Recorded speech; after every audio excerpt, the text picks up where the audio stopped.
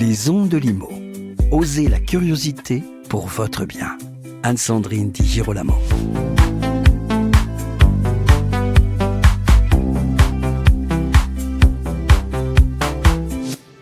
Je reçois aujourd'hui Charles Bobot, avocat à Paris, au sujet de la loi dite Lemeur qui vient réguler les meublés de tourisme en copropriété et qui, vous vous en doutez, suscite chez les copropriétaires, mais aussi chez les professionnels syndics, quelques questions juridiques auxquelles notre invité va répondre. Bonjour Charles Bobot. Bonjour Anne-Sandrine. Vous avez publié quelques articles sur cette loi dite Lemeur dernièrement et je dois dire que j'ai été surprise par l'une de vos formules. Je vous cite « Le tout converge, voire conspire pour réguler la location touristique et faciliter les contrôles ». Conspirer, que doit-on entendre derrière l'usage de ce verbe par votre plume ? Il y a plusieurs aspects possibles. Soit c'est les copropriétaires qui conspirent entre eux pour interdire cette location meublée, mais on va voir comment. Soit c'est les partis politiques, puisque c'est une loi transpartisane, donc il y a eu un accord qui a transcendé pour lutter contre. Et enfin, toutes les matières fiscales, urbanisme, copropriété sont réunies.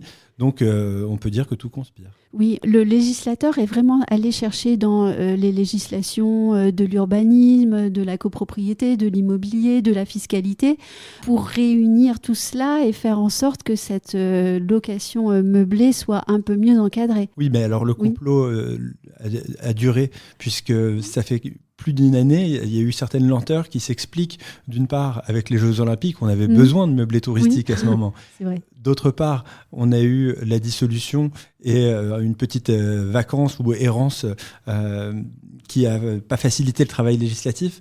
Donc on arrive au bout avec une loi qui a été amendée et tous les outils ont été mis ensemble pour lutter. Alors on ne va pas pouvoir dire tout ici de cette loi Lemeur parce qu'elle est quand même très importante et puis on vient de le dire, elle rassemble tellement de domaines que finalement aujourd'hui on va se porter juste sur quelques points. Je pense en premier lieu à la modification du règlement de copropriété existant quant à une éventuelle interdiction des meublés touristiques. À vous de nous dire maintenant dans quelle mesure c'est possible, avec quelles nuances et quelles conditions. Oui. C'était pas possible avant, pour la simple et bonne raison que le copropriétaire qui se livre à la location meublée, on dit qu'il se livre comme à de la prostitution. Parfois, il y avait les deux à la fois. Il n'allait jamais voter pour son interdiction. Et comme c'était à l'unanimité, ça bloquait complètement la situation. Aujourd'hui, la situation est différente puisqu'on a deux conditions cumulatives. Pour pouvoir interdire le meublé touristique, c'est à la double majorité des 2/3 de la majorité de l'article 26, avec une possibilité de passerelle si jamais on a la moitié des membres et le tiers des voix à la majorité de l'article 25. Donc déjà, ça, c'est pas rien. Non, c'est pas rien. C'est quand même une majorité contraignante, mais il suffit que dans un immeuble bourgeois d'habitation, c'est du résidentiel, il y ait une majorité de copropriétaires avec les valises à roulettes, les nuisances et les digicodes qui sont bafoués par les petits pignons qui poussent comme ça avec des clés parfois dans les espaces publics, parfois sur les boîtes aux lettres. Eh bien, si ça a agacé une bonne partie, eh bien, déjà, on a cette majorité. Alors, on a parlé de conditions cumulatives. Ça, c'était la première. Quelle est l'autre ? Ou les autres ? La deuxième, on va en mettre 3. Allez. La deuxième, c'est que ça concerne uniquement les lots d'habitation. Donc, les locaux commerciaux sont quelque part sont affranchis. Si jamais la personne a un local commercial, elle pourra continuer à exercer son activité de meublé touristique. Et donc, si on a un lot d'habitation, ça c'est la troisième condition, eh bien, il pourra continuer également en matière de résidence principale. Donc, c'est le fameux délai de 120 jours. C'est la tolérance qu'on a au niveau de l'urbanisme qui est embarquée en copropriété. Et ce délai de 120 jours, d'ailleurs, il peut être réduit par la collectivité à 90 jours. Prévoit la loi, et donc la mairie de Paris n'a pas attendu, et il a déjà été prévu que ce délai serait réduit à 90 jours. Donc, la résidence principale, elle a cette tolérance.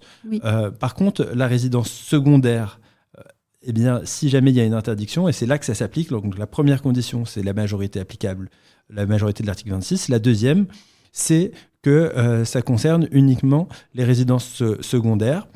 Et enfin, et c'est la dernière condition qui est peut-être la plus difficile à cerner, c'est uniquement si on est sur des clauses d'habitation bourgeoise, et la loi est même moins précise que ça, puisqu'elle dit s'il y a une interdiction d'exercer une activité commerciale dans les lots d'habitation.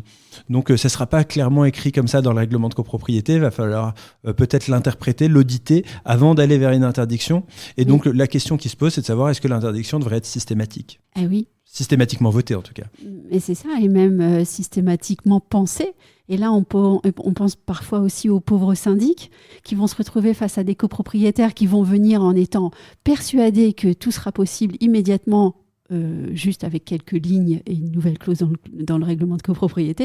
Et en fait, pas du tout. Il va falloir faire beaucoup de pédagogie. Il va falloir faire preuve de pédagogie parce que déjà, c'est une disposition qui peut paraître anticonstitutionnelle. Tous les avocats qui défendent des copropriétaires, ils disent qu'il n'y a pas eu de saisine a priori. Il y en avait eu une pour la loi Allure, et d'ailleurs, le Conseil constitutionnel avait censuré, mais c'était une simple majorité de l'article 24. Là, aujourd'hui, on encourt un risque qui est une question prioritaire de constitutionnalité.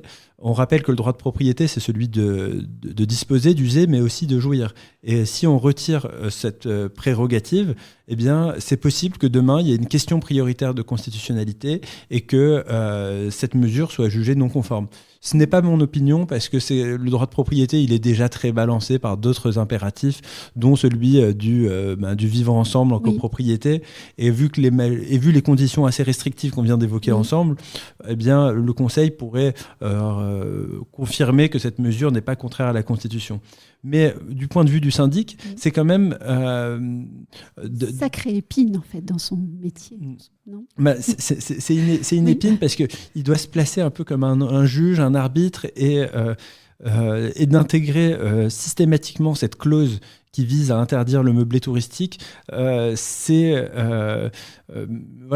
chacun apprécie en fonction de ses convictions, en fonction de ses envies, mais ce que j'entends chez beaucoup, c'est qu'il y a une réticence à vouloir imposer un débat sur un sujet qui n'était pas forcément à l'ordre du jour.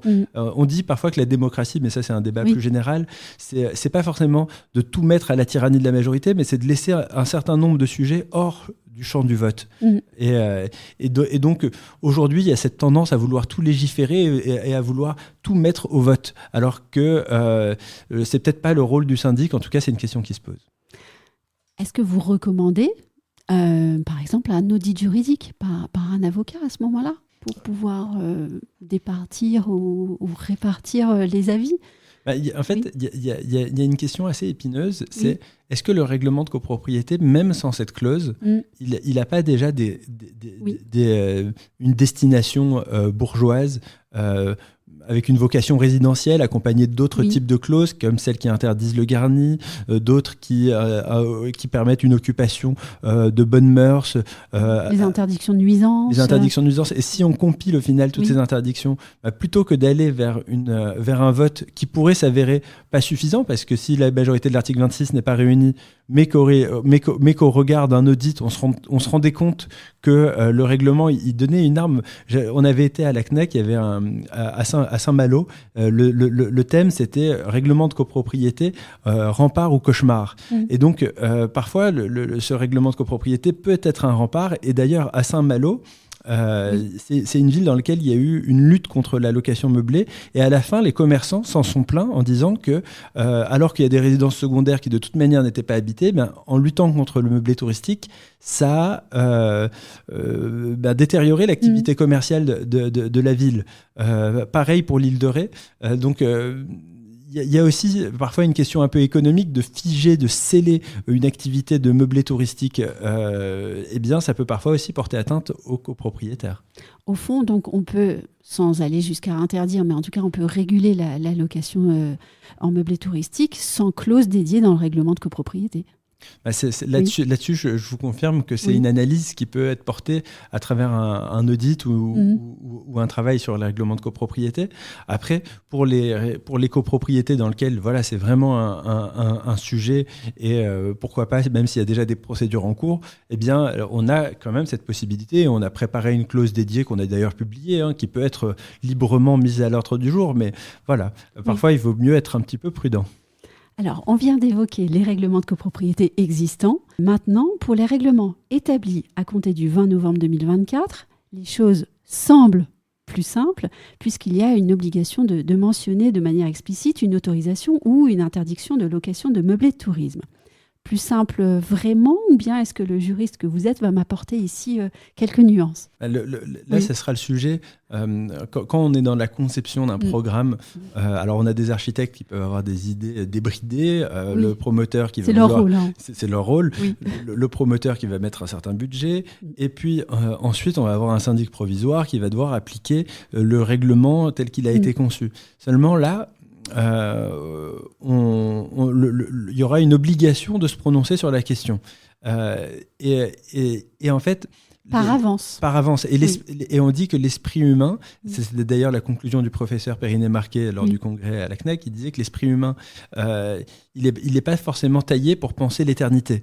Or, quand on va... d'emblée vouloir sceller en disant que c'est une interdiction de meublé touristique, et bien par exemple dans certaines zones de montagne ou de littoral dans laquelle l'activité de meublé touristique a permis de dégeler des lits parce qu'il y avait des lits qui n'étaient pas occupés, et au final cette flexibilité au final du règlement de copropriété, de ne pas avoir tout prévu en avance, ça a permis de sauver certaines situations alors qu'on manque de logements. Eh bien là, voilà, ce sera plus simple, parce que ce sera binaire, il faudra se prononcer oui ou non, mais les conséquences, elles pourront être difficiles parce qu'on ne pourra pas revenir sur cette situation sans l'unanimité pour le coup. Et oui. Ça, c'est une maladie de notre époque, en fait, la binarité. On veut que tout soit noir ou blanc, oui ou non. En fait, c'est rarement une bonne chose, notamment dans le domaine juridique. Exactement, c'est ce que je vous disais tout à l'heure sur les problèmes de la démocratie, c'est de vouloir tout mettre à l'ordre du jour. Et oui. Alors, une dernière question, celle de l'attestation sur l'honneur pour le changement d'usage. On parle ici de la procédure simplifiée pour les demandes de changement d'usage, mais est-ce que vous pourriez nous expliquer le sens de cette disposition et puis la commenter pour nous ? Tout à fait. Alors, il y a un principe d'autonomie du droit de la copropriété sur le droit de l'urbanisme.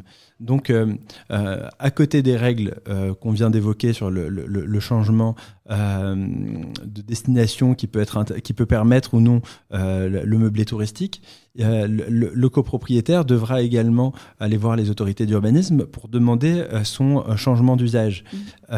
Pour l'obtenir, il avait été envisagé de fournir un PV d'Assemblée générale qui atteste l'autorisation. Mais ça a été également considéré comme contraire à la Constitution. Donc, ce sera seulement une attestation sur l'honneur. C'est le minimum pour être conforme à la Constitution jusqu'où la loi peut aller. Donc, ce sera sur de la confiance. Mais ce sera donc... On comprend bien que d'un côté, il faudra être conforme au règlement de copropriété, et de l'autre, si jamais on veut avoir un meublé touristique à l'année, par rapport aux règles de 1970, mais ça c'est tout un autre pan qui est traité par cette réglementation, eh bien il faudra avoir une simple attestation sur l'honneur. C'est pas très sécurisant. C'est pas très sécurisant, mais c'est plus conforme aux principes de la matière. Merci, cher maître, de ces explications, et à vous qui nous écoutez, merci de votre fidélité.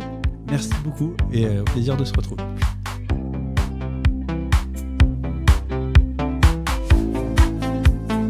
Retrouvez les Ondes de Limo sur ondedelimo.com, les réseaux sociaux et la newsletter.